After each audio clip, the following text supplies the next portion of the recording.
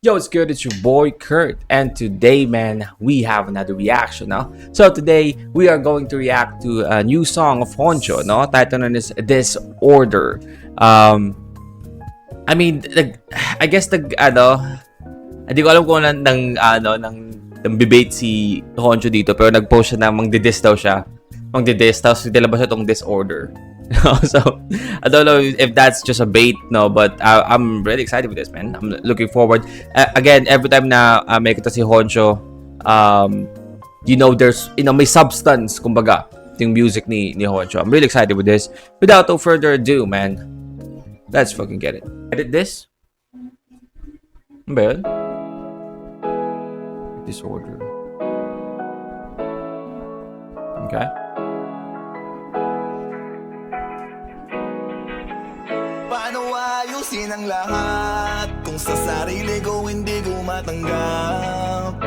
Tulungan niyo kong maganap ng paraan.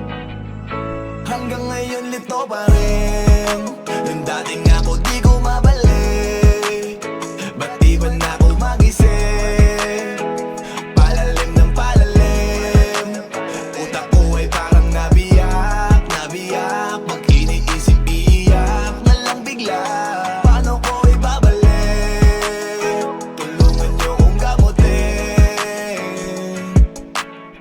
Anong nangyari? Di naman ganito dati. Iba na ang kinikilos ko sa sinasabi. Nawalan ng paraan, hindi makaraan. Lalo lang bumibigat, imbis na gumagaan. Di lang to. Oh man, that's a fucking lethal combo, no? I assume again ang represent ng ginagawa. I mean, alam ko hindi totoo, no? Kasi this is just for the music video, pero yung uminom siya ng gamot, I think that's for antidepressant, something like that. Nasa haluan mo ng Sanmig, Sanmig, no? A lethal combo, no? Lalo lang bumibigat, imbis na gumagaan. Di lang to guni-guni yung nakikita ko, kundi unti-unting dumidilim parang bumbilang na undi. Di na sumisindi lahat, ayokong mahuli at magpakalugmok na lang sa pigati. Magpakalugmok na lang sa pigati. Oh man, fucking easy. What the hell?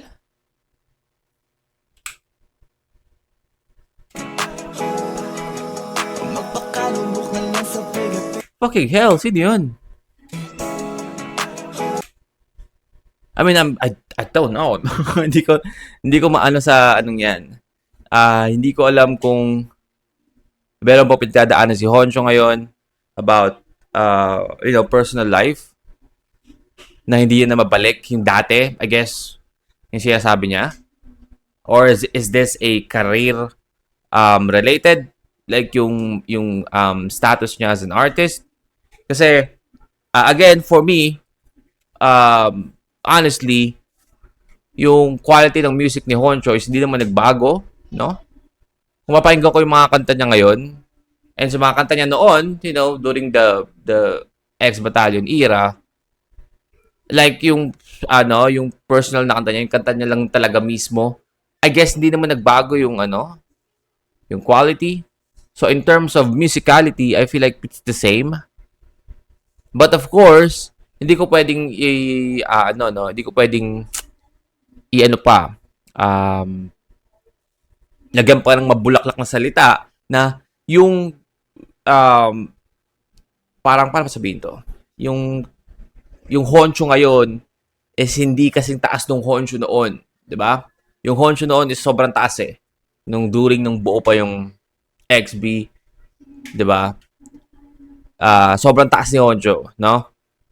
I mean, siya yung kino-consider na leader ng XB, right? And XB, there's a lot of titan na artist sa X-Battalion. I mean, Flo G, Skostakli. So yeah, I mean, all I'm trying to say is, in terms of, if we're talking about like kung gaano kalaki si Honcho, I guess hindi na siya ganun kalaki. But in terms of quality of music, still the same, no? And I guess marami nang naabot din si Honcho. So I don't know if that's actually I mean, I doubt na yun yung meaning ng kanta. So I guess most probably it's about something personal sa buhay niya.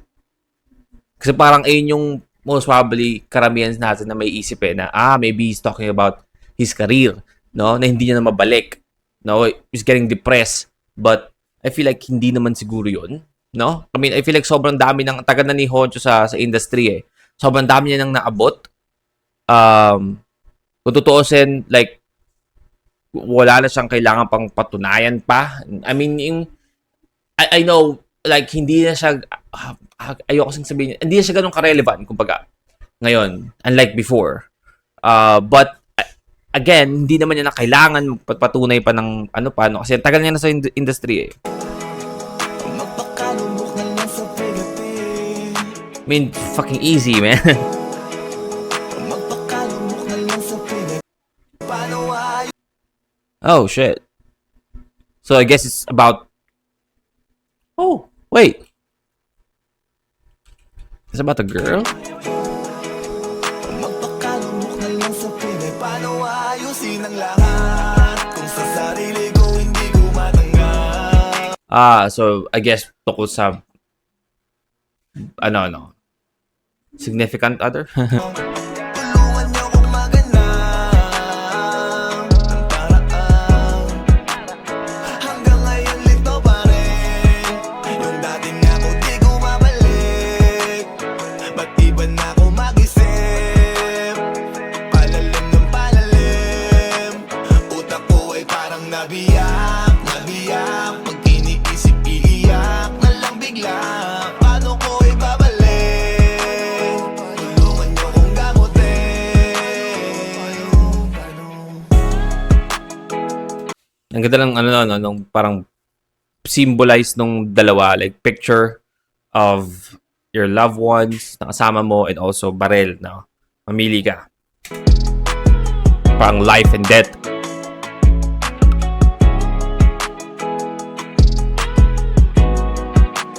Paano ayusin ang lahat kung sa sarili ko hindi ko matanggap?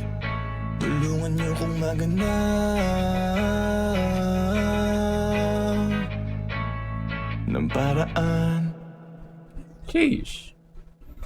Fucking heavy, no? Alright, well, that is Honcho Disorder, no? That's a heavy song. Yeah, so basically disorder kasi parang, you know, everything is out of order sa buhay niya ngayon, no? We're talking about like a loved one na I guess like hindi mo nakasama or maybe you guys separated and parang nawawala ka na, you disorder, diba? That's the meaning of the song. That's fucking heavy, no? I mean, again, we have a lot of song na parang broken-hearted, you know, mismo yung ano, but on the music video kasi merong element ng suicide ang nasama, no? And very heavy yung naging dating niya. So, I guess what I'm trying to say is always choose to not suicide, no? Always choose to live. Kasi hindi naman natapos ng problema kung mamatay ka. But, yeah, I mean, we don't have to deep dive into that topic, but that's a great song, no? In general, that's a great song.